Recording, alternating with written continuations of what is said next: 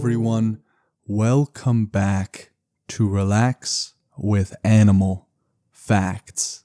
I am Steph Wolf, and today I am going to be learning with you about our furry, scaly, or possibly even slimy friends. And in today's case, it is definitely going to be a furry friend of ours, because we are covering the oh so wonderful giant golden crowned flying fox. This podcast episode is of course very, very special, not only because it is possibly the longest name of an animal that we've had on the show thus far, but also because it is dedicated to Daylin, who wrote in via Instagram. Thank you, Daylin, for a wonderful suggestion. This episode would not have been possible without you writing in, and this podcast would not be possible without each and every one of you out there listening and writing in all the time with such wonderful messages and little reviews of the show. If you want to suggest an animal, you can do so in a couple of different ways. Well, it is more like 3 different ways. The first way you can write into the show is by sending a message to @RelaxWithAnimalFacts on Instagram, or you can also send an email the good old-fashioned way to relaxwithanimalfacts@gmail.com. The third way, which has yet to be used, is sending in your suggestion via carrier pigeon. Someone just recently sent a message all the way from Italy to say, hey, I'm gonna send a carrier pigeon, to which I made sure to reply that along with the message, you better pack food because that is a long flight. But I look forward to hearing from each and every one of you. If you have not reached out before and you would like to reach out, please, I am never too busy to get messages from you guys and to reply. This podcast is all about you guys. There is never a message that I receive to which I roll my eyes and think, oh, I am too busy for this person or anything of the sort. And this leads me to a special announcement, particularly to do with more of the podcast. I have had many of you saying we want some more of the podcast. For each new episode that comes out from now on, which includes this episode, of course, there will be continuations or an even deeper dive of the animal, each episode available on the Patreon page. I wanted to make each of these continuation episodes available to as many of you as possible. I know how difficult these times are and how much you guys love the show. And so while there are different tiers on that Patreon page, the lowest one being $1 a month, every tier will have the exact same access to exclusive episode continuations, so it is all a matter of how much you wish to support the show with.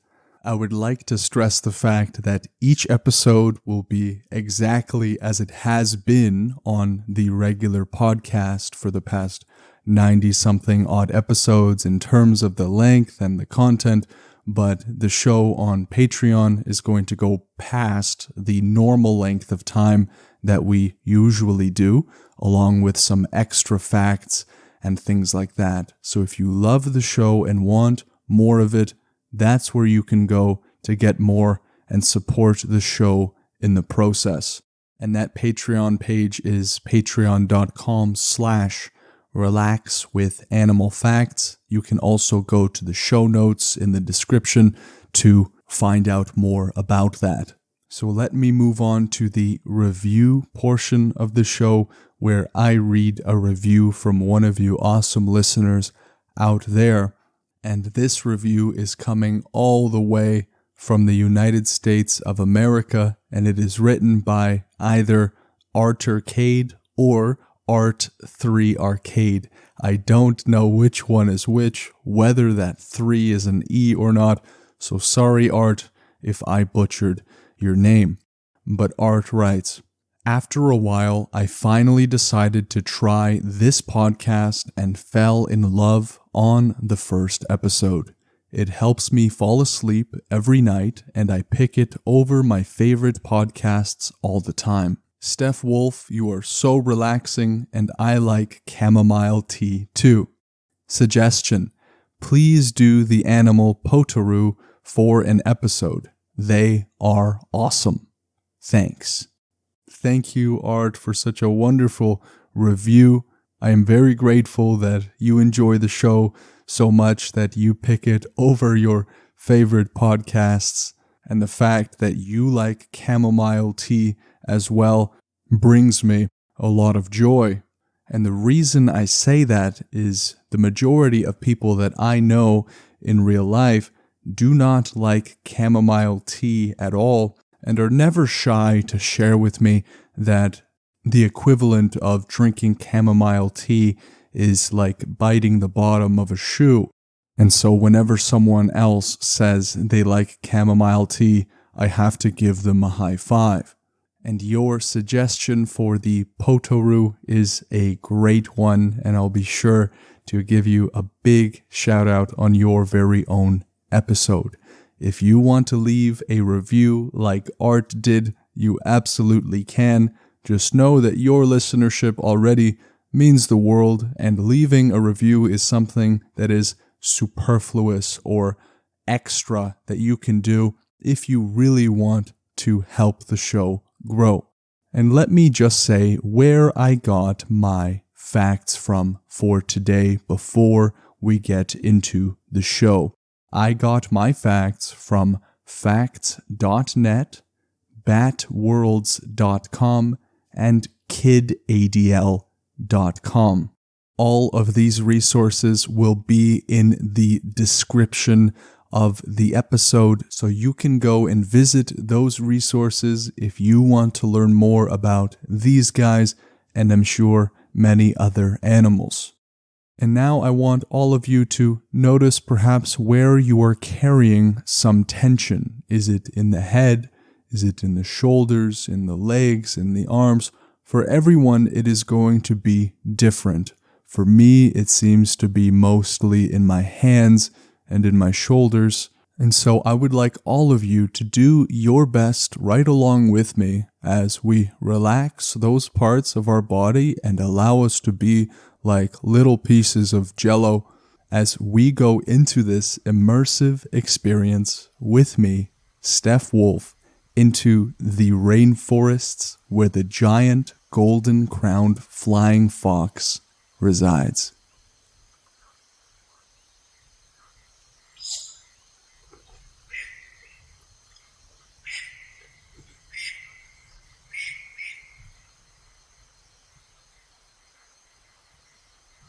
I bet that the majority of you don't hear that every day. The first fact of the episode is going to be attributed to what they are. The giant golden-crowned flying fox is not actually a fox, but it is a bat. Their name suggests that they are big, and they indeed are big in comparison to other bats. But the article here says that they are not human-sized, contrary to popular belief. Instead, they have short, streamlined bodies that reach up to 7 to 11.5 inches, which is about 17.8 to 29 centimeters long. But that being said, they do tend to reach human-sized proportions in terms of their wingspan. The golden-crowned flying fox has a large wingspan that can reach 5.5 feet, that's about 1.7 meters. And this gigantic wingspan led experts to believe that the giant golden-crowned flying fox is the largest bat in the world. And as with all bats, they have those wings that are quite membranous, meaning they lack a lot of fur. So when we said at the top of the show, our furry friends, they are furry, just not on their wings. Now this is a sort of animal that, while it may be cute in the face, it can be quite distressing if I was to see this bat hanging upside down from somewhere when I was walking outside at night. I would likely continue running all the way from Canada, past my home, into the United States, and probably down somewhere into South America. That being said, when it comes to weight, these bats are not the heaviest bats in the world. The great flying fox and the Indian flying fox both outweigh the giant golden-crowned flying fox. Giant golden-crowned flying foxes weigh up to 2.6 pounds, which is about 1.2 kilograms, while the great flying foxes and Indian flying foxes weigh up to 3.2 pounds, that's close to 1.5 kilos, and about 3.5 pounds, which is about 1.6 kilograms, respectively. And so there is a decent size difference between the golden-crowned flying fox, which is the animal that we are covering today, and those other ones, which are the great flying fox and the Indian flying fox. While they are big in terms of bats, they are not the heaviest. And let me just say their scientific name before I get any angry emails as to why I didn't embarrass myself on the show. Their scientific name is the Acerodon jubatus. It seems as though researchers or whoever names these animals is going a bit easy on me these past few weeks. These bats are dimorphic, which means that the males are slightly larger than the females in terms of cranial and external measurements. Dimorphic means that there will be significant difference between males and females of the same species. This is quite a common thing in the animal kingdom, and we have come across this many a time on the show so far with the 90-something odd episodes that we have done. And in terms of them being cute to you or ugly to you, that is all for you to decide. As I said before, they might be cute, possibly up close in a controlled environment, but if you were to be walking in the Philippines and see this bat, it would probably scare you if you were not a zoologist. And that leads us into the habitat of the giant golden-crowned flying fox. The only home of this particular bat is in the Philippines, and the specific locations include the Matam and Mindanao. I hope I am saying that okay. And they will live in deep caves as well as in the rainforests. They typically follow the routes of the river, and experts believe it is because they can easily find food sources along those areas.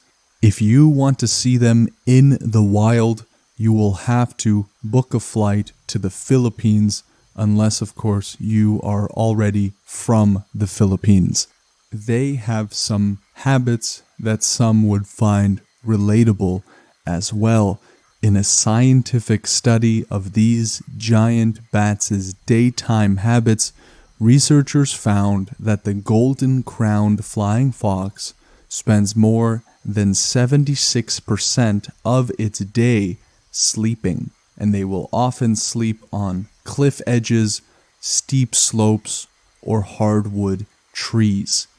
And this will mean that they have a feeding pattern and a life pattern that is mostly or almost exclusively nocturnal. Sometimes when trying to remember what does nocturnal mean, what does diurnal mean, it can help to look at some of those root words. For example, nocturnal, it comes from a Latin word nox or noct, which means night, and over just a few steps became nocturnal. The females are going to spend more time resting than the males, and the males will spend more time engaging in behaviors that would increase their opportunities to mate. And so not only can they be of different sizes and things like that, they also will have some difference in their day-to-day, or if we can say, night-to-night behaviors. Now, because this animal is relatively rare, there is currently little knowledge regarding their reproductive behaviors. They often reproduce around the same time in their regions, suggesting that they breed seasonally and use photoperiods to signal when it is time to breed. Typically, these bats often give birth from April to May, with some colonies giving birth between May and June. Here we have an example of an animal that might have some pretty interesting habits or patterns that are not known to researchers just yet because of the population size as well as where they can be found. Animals that are generally found in only a few select locations are going to take some serious dedication, as it might be quite challenging to be in close contact with them for a long period of time. For us as human beings, the way that we keep cool, we might try to find a breeze somewhere, or if we're wearing a sweater, we might take the sweater off. Some of us that have little dogs, we might see that they pant and they have their tongue out to cool themselves. But in the case of this particular bat, they will fan their babies using their wings to keep them cool. At birth, the helpless pups will cling to the fur of their mothers using their claws, and the mothers are solely responsible for the nourishment and care of these pups, even fanning them with one wing to keep them cool. From this fact, we not only learned a pretty cool maternal pattern to the giant golden-crowned flying fox, but also we learned that the baby bats of this particular species are known as pups. That did not seem to me to be quite intuitive, but that is what they are called. Like most bats, they will play an important role in the ecosystem. Not only are most bats going to play an important role in the ecosystem, but virtually any animal that we think of will play some kind of a role in the ecosystem. Some animals may be able to affect their ecosystem more than others. We know, for example, beavers can single-handedly change an ecosystem through their little architectural adventures. They can change water patterns and where water goes and different things like that. But while the bat can't do that necessarily, they do still play an important role in ecology. Two things that they do best in their ecosystem is keeping populations of pests under control, as well as pollinating flowering plants. As such, scientists refer to bats in general as keystone species, meaning that they are incredibly important. Without them, the local ecosystem would likely suffer a severe negative impact.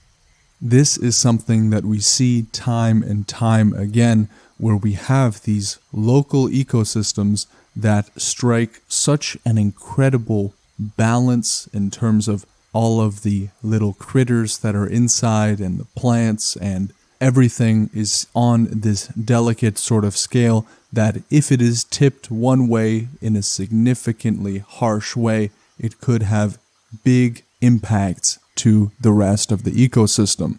The golden-crowned flying fox is no exception to that rule.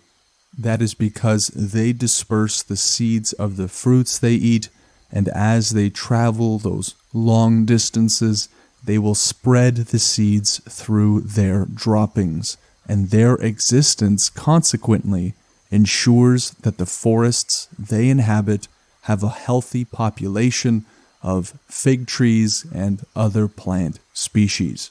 So just by it going through its day-to-day routine, it really helps to become a kind of secondary architect of the forest, as they are planting fig trees, possibly without thinking about it.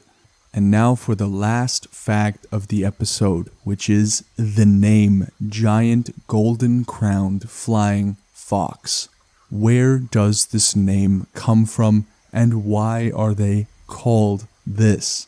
As we covered before, they are not foxes, so why are they called the flying fox? The term flying fox generally will refer to these large bats of the family Pteropodidae. I am glad that the scientific names that are challenging sort of snuck up on me close to the end of the episode. And these bats adopted the name because their heads resemble those of foxes. They have that kind of fuzziness and coloration of foxes, so I can definitely see where that name came from. If you haven't seen this animal before, when you have a spare second, I greatly encourage you to Google image search them and see what does this beautiful animal look like. So thank you again, Daylin, for your wonderful animal suggestion. This podcast episode would not have been possible without it. If you want to learn about a particular animal, I do hope that you reach out to the Instagram Relax with Animal Facts, or that you reach out to the email relaxwithanimalfacts@gmail.com and let me know what animal you would like covered on the show. This was an amazing episode, and I learned a lot, and I hope that you did too, and I hope that you will join me on our next animal adventure on the next podcast episode. Take care.